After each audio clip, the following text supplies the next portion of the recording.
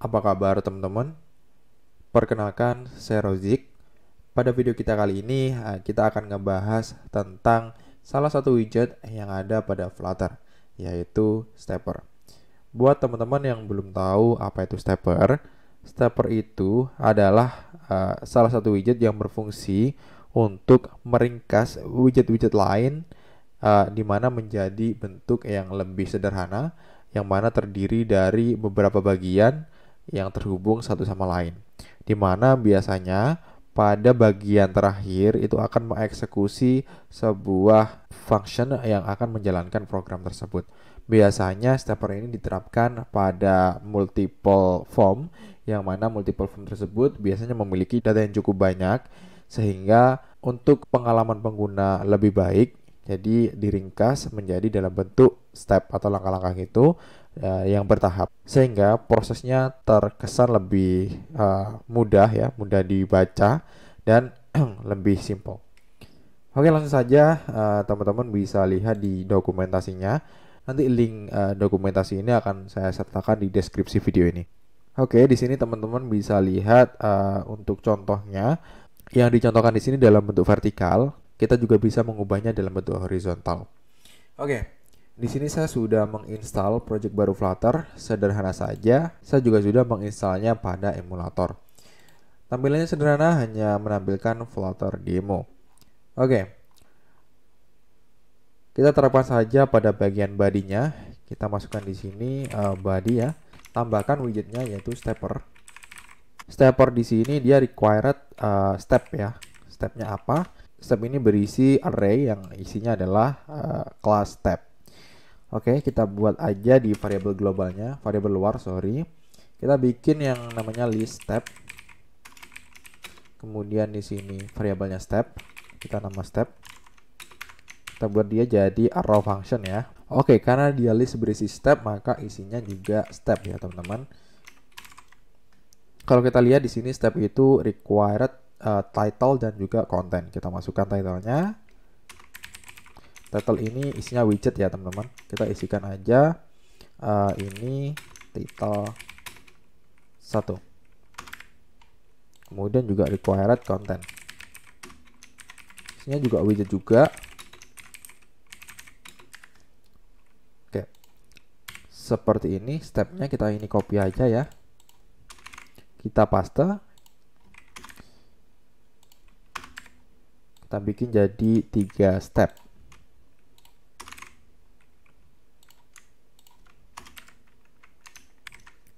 Oke, jika sudah selesai, kita tambahkan stepnya di sini ya, variabelnya. Seperti ini. Setelah itu, kita jangan lupa bikin variabel indeksnya. Ini untuk menangani perubahan state, posisi dari indeks si steppernya. Defaultnya itu 0 ya. Kita nanti masukkan di bagian sini. Ini ada defaultnya juga 0, current stepnya 0. Jadi step pertama itu initnya adalah 0. Oke, seperti ini. Kalau sudah, coba kita save. Oke, nanti muncul hasilnya seperti ini. Ini dalam bentuk vertikal ya. Teman-teman juga bisa rubah menjadi horizontal. Caranya tinggal tambahkan di sini tipe ya, stepper tipe dot horizontal. Nah, ini kebanyakan ya. Ini kita hapus aja.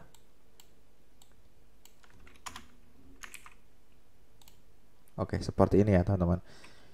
Sementara ini kalau teman-teman klik continue tidak bisa. Kenapa?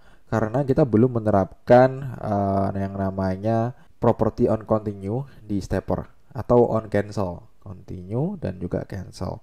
Oke, kita terapin dulu. Kita tambahkan aja di sini on continue. Seperti ini, isinya function. Dia akan menghandle button ini ya, continue, sedangkan cancel di bagian button yang ini.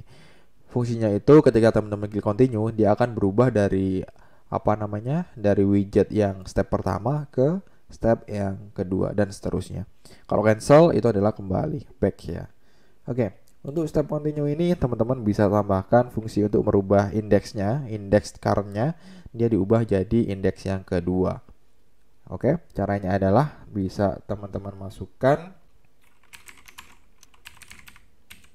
indeks, kita cek dia apakah kurang dari steps the length, apakah dia itu indeksnya kurang dari total stepnya, maka kita tambahkan ya. Kita tambahkan indeksnya menjadi 1. Kalau kurang dari ini, berarti kita tambahin nanti jadi 2, jadi 3. Seperti itu. Kemudian jangan lupa selanjutnya tambahkan on step cancel. Sama bedanya dia tuh di minus ya, bukan di plus, karena dia kembali ke indeks sebelumnya. Untuk caranya ini agak berbeda ya. Kita cek dulu. Kalau indeksnya itu sama dengan 0 ya, maka dia tidak akan mengurangi apapun, alias kita return 0 ya. Artinya dia tidak mengurangi indeksnya, karena udah di indeks pertama, nggak perlu dikurangi lagi. Kalau dia nggak 0, maka baru kita kurangi indeks 1. Oke, simpan. Coba kita klik. Oh, sebentar, ini belum kita set state. Ya, kita masukkan. Kita simpan lagi. Ya udah, ini ya, ketiga. Kalau di continue, nggak akan nambah. Tapi kalau di cancel, dia akan kembali ke step yang indeks sebelumnya. Kalau continue, pertama seperti ini. Nah, kita ingin merubah ini ya, warnanya, dia itu aktif yang mana. Caranya adalah kita masuk ke bagian step. Nah, di step ini ada properti yang namanya is active. Ya, ini is active. Kita cek nih indeksnya. Karena ini indeks ke 0, kita cek apakah indeksnya ini 0 atau lebih dari 0 atau lebih dari sama dengan 0, maka dia itu aktif ya. Ini returnnya sesuai dengan perbandingan ini. Kalau dia itu true ya returnnya dia is aktifnya true, atau dan sebaliknya. Sama untuk step selanjutnya, di sini kita terapkan juga is aktif. Cuman bedanya ini indeks yang kedua ya. Indeks lebih dari sama dengan 2. Indeks kedua itu ya 1, 0, 1. Oke. Ini juga sama.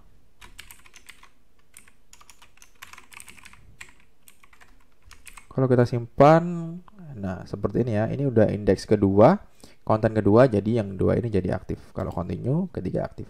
Kita cancel, dia akan ngilang satu-satu. Oke, dari sini udah kita set untuk steppernya udah berhasil. Kalau teman-teman ingin mengganti warna ini ya, wah saya bosan warna biru, bisa teman-teman tambahin aja di step ini, kita bungkus ke dalam theme ya. Theme. Kemudian di dalam theme ini required theme data. Sini ada data, sini ada theme data. Oke.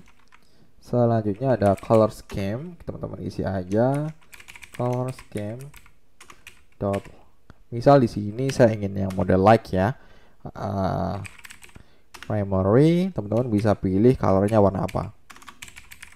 Saya ingin warna merah. Saya dot shade. Saya ingin yang shade yang ke-7. Jangan lupa koma. Ups. Oke, kita simpan. Nah, jadinya seperti ini ya. Gampang sekali. Oke, selanjutnya kita akan menerapkan input multiple text form. Nah, di sini kita akan memanfaatkan text form field. Di setiap widgetnya akan ada validation. Jadi sebelum ke step berikutnya, step pertama ini harus terpenuhi terlebih dahulu. Oke, di step ini kontennya kita ganti ya, jadi input ya. Karena input kita ganti jadi column. Kemudian isinya adalah children. Setelah itu kita tambahkan text form field. Kenapa kita menggunakan text form field? Ya karena di dalam text form field ini ada yang namanya validation. Ini yang memudahkan kita nantinya. Untuk validasi teksnya harus terisi atau enggak. Oke, selanjutnya kita kasih dia decoration. Di sini kita kasih label ya, label input 1. Oke, kita save sementara. Hasilnya seperti ini ya. Lalu ini jangan lupa kita copy aja. Jangan banyak-banyak ya, inputnya 2 aja. Seperti ini, masing-masing form. Ini 2. Setelah itu ini juga column. Kita wrap dengan column. Isinya sama, ada text field juga. Kita paste. Ini satu aja ya, biar nggak banyak-banyak. Ya intinya kita akan validasi di dalam masing-masing stepnya. Ini ada kolom juga, samain, kemudian kita paste, kemudian ini 4, kita simpan. Kalau kita cek, ada input 1, input 3, input 3, sorry, oh iya betul, sorry, input 3, ini input keempat, ya, back. Oke. Setelah itu kita bikin variable controllernya ya, buat inputnya. Text editing controller, ini input 1 sama dengan, kalau ini ada 2, 3, 4, ini 5. Seperti ini. Oh sorry, teksnya ada 4 ya cuma ya. Ini kita masukkan controllernya di bagian text fieldnya. Ini ada controller. Ini namanya input 1. Ya, ini kita copy. Inputnya 2. Ini 3. Dan ini 4. Oke. Kita simpan dulu.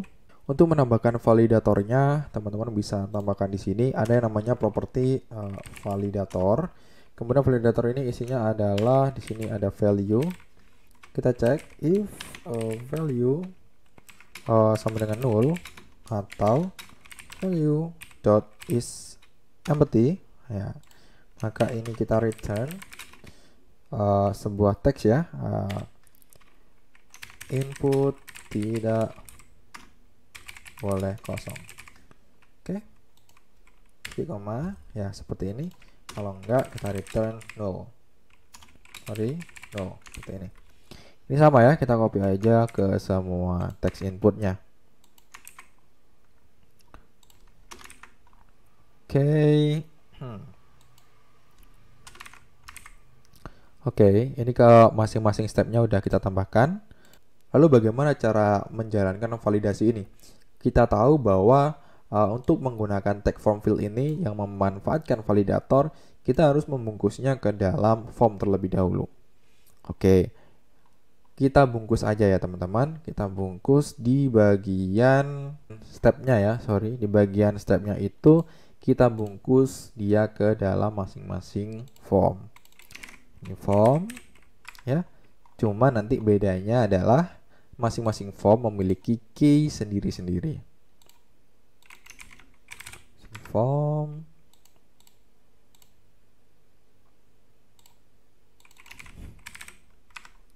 ya, formnya ada 4, ada 3 totalnya, kita save dulu. Lalu bagaimana cara menggunakan key ketiga form ini secara berbeda? Karena kalau kita menggunakan satu form itu nggak bisa ya teman-teman. Jadi ini ada 3 input yang berbeda dengan validator yang berbeda-beda. Artinya kita harus menggunakan 3 form yang berbeda. Dimana key-nya itu bisa kita bikin menjadi sebuah array. Caranya gimana? Caranya adalah bikin list. Yang isinya adalah global key. Kemudian isinya itu form state. Kemudian ada kita kasih variable namanya form keys. Isinya itu adalah indeks pertama itu global key seperti ini, sama ini kita copy aja ya. Jadi kita memanfaatkan array untuk mendapatkan key ketiga form dari step yang kita bikin ya. Oke, setelah ini baru dah kita masukkan si form keys ini sesuai dengan indeksnya. Kita masukkan keysnya.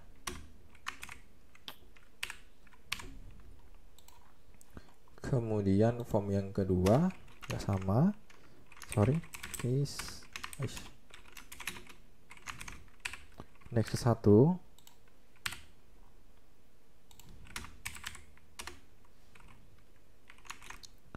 Ini indeks ketiga alias indeks kedua ya, Lalu kita simpan dengan begini.